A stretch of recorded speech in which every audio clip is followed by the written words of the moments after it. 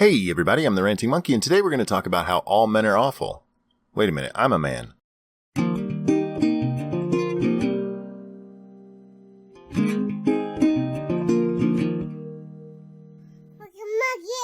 Yes, there is a bit of a witch hunt happening too. In what sense? There's some people, famous people, being suddenly accused of touching some girl's knee or something, and suddenly they're being dropped from their program or something. A few things came to my attention yesterday. First, Liam Neeson was getting shit for the comments you just saw. Aziz Ansari was accused of sexual assault, and a beta male who's ashamed of his own dick wrote this shitty article for the Metro. It's time to come clean. All men are awful. Sorry about that. Remember that old saying, the more I know, the less I understand? If you've studied or traveled or merely survived past the age of about 19, you'll know what I'm getting at. Whenever I presume I've mastered any discipline, say making friends or sports betting, life inevitably socks me in the kisser with a giant sloppy nope, and I'm yet again floored by my own boundless ignorance. Except that is, in the one arena of my life I feel I understand only too well. To wit, the more I learn about men, the more I'm convinced we're all fucking dreadful. First and foremost, of course, for the obvious reason. If #MeToo taught us anything, it's that men always want to get their dicks wet, and the only thing holding us back is that we, usually, aren't powerful enough to get away with it. Give a man status, he'll generally assume it's his right to push his luck. Like practically all my friends, I used to bloody adore Louis C.K. I identified with his cold black humor and unvarnished candor, because I see and cherish those aspects within myself. What else do we have in common then, I wonder? I spoke about the allegations against Louis C.K. in my video, Did Dave Chappelle Go Too Far? Several people commented on that video that they didn't realize exactly what Louis was accused of. There's going to be a link below to the New York Times article where the allegations were laid out. The short version is that Louis asked women if he could masturbate in front of them. Some of them said yes, some of them said no, and one of them said she could tell that he was masturbating while they were on the phone together. For the women who said no, Louis didn't force the issue. One woman said he got a little shitty about it, but he didn't make her watch him masturbate. As far as I can see, Louis is a little bit weird, but he didn't do anything wrong, and certainly nothing illegal. So I'm wondering what it is exactly that this guy is afraid of. Is he worried that, like Louis, he might actually seek consent? That he might not force women to watch him pound his pud? I think Louis is a great example of the witch hunt Liam Neeson is talking about. He quite literally asked for consent and never forced women to do anything, and he's been blacklisted for it. That's fucking insane. Hey, that guy didn't rape women. Get him! My take from #MeToo is that however erudite or successful or smart a man is, underneath we're all just grimy little wanking bonobos. The only difference is some of us can, just sometimes, control it, and the majority of us can't. I wish male dreadfulness was but a minor, embarrassing subset that we could roll our eyes about and blame on Trump. If anything, that prick is the poster boy for it. He embodies the unbridled male id, the ultimate self-serving specimen. Bet you anything he would have ditched his third trophy wife by now, had he not accidentally been crowned the snarling, priapic alpha in whose shadow we all cower. Anyhow, he might even destroy the world. And for what? A dick-measuring contest with another high-status blowhard. Ever notice how few women have ever been involved in nuclear standoff? Or fights in general? Sweet tap-dancing Christ, are you kidding me? Some men can control their sexual urges, but not many. Most guys just rape all the livelong day. But how great would it be if we could just blame all these rapey dudes on Donald Trump? What the fuck are you talking about? Even if I were to grant that most men are rapey, which I don't, what the hell would that have to do with Donald Trump? He's married some pretty women and you don't like his politics, so why not drag him into this? And how much better would the world be if women were in charge? They don't even fight, much less cause war. It's not like you could search YouTube and find countless videos featuring women fighting. Oh, whoops. Women can be dreadful too, sure, but all the truly cancerous issues facing our world can legitimately be blamed on men. And I genuinely find this hard to write, because I'm not in the slightest self-loathing, and most of my heroes are men. I guess my point is, we can do better.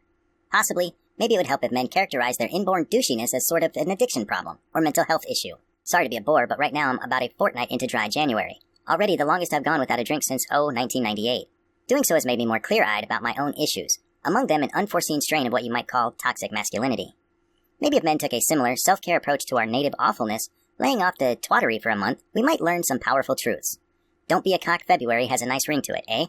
Anytime I hear someone describing something awful and telling me that all people are part of it, what I hear is that they are awful. All people are sexist or racist or rapey? Nope. The person saying those things is.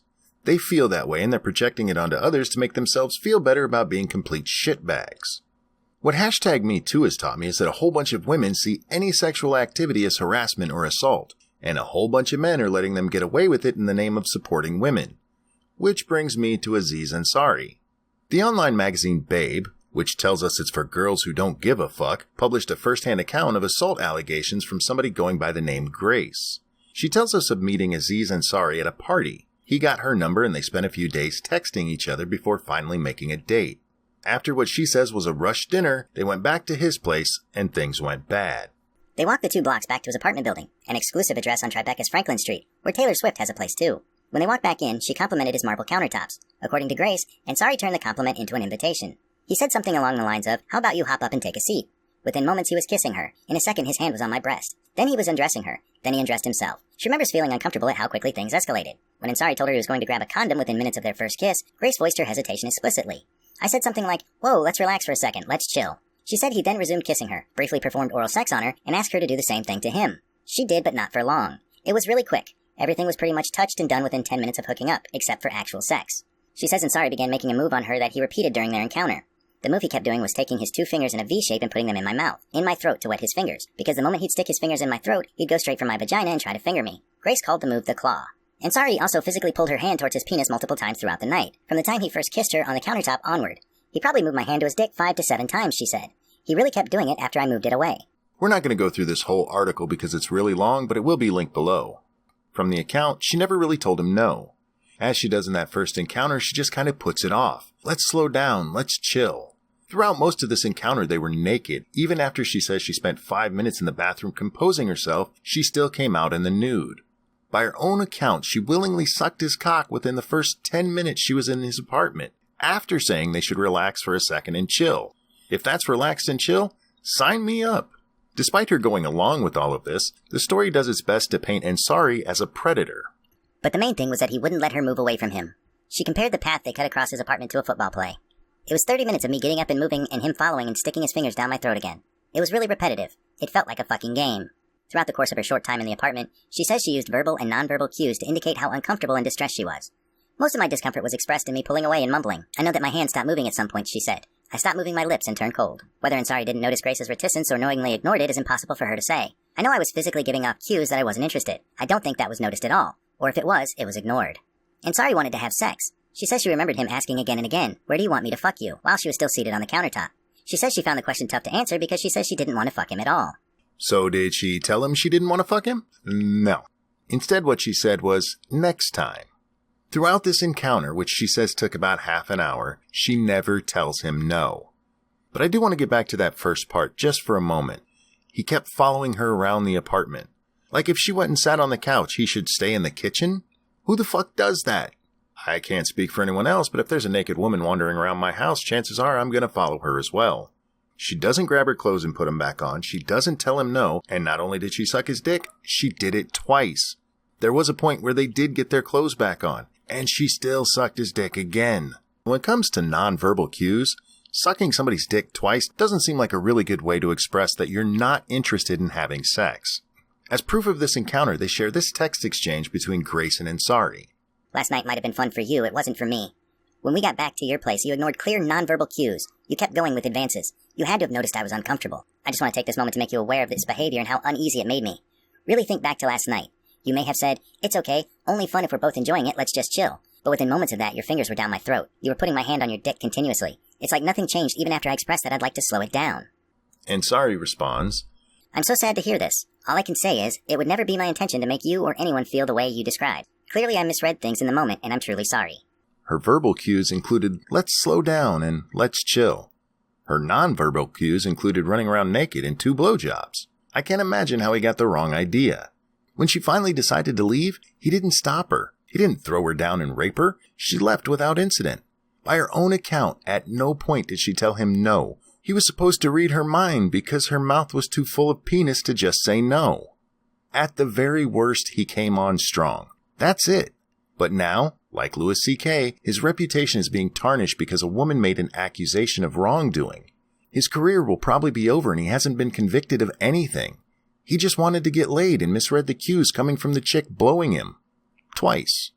Alright guys, that is going to wrap up this one. If you enjoyed the video, please give it a like and share it. If you're new here, please hit that subscribe button. Thank you so much for watching. I'm the Ranting Monkey, and I'll see you next time. To wit, The more I learn about men, the more I'm convinced we're all fucking dreadful. First and foremost, of course, for the obvious reason. If #MeToo taught us anything, it's that men always want to get their dicks wet, and the only thing holding us back is that we, usually, aren't powerful enough to get away with it. Give a man status, he'll generally assume it's his right to push his luck. Like practically all my friends, I used to bloody adore Louis C.K. I identified with his coal-black humor and unvarnished candor, because I see and cherish those aspects within myself. What else do we have in common then, I wonder? Your life makes me sad.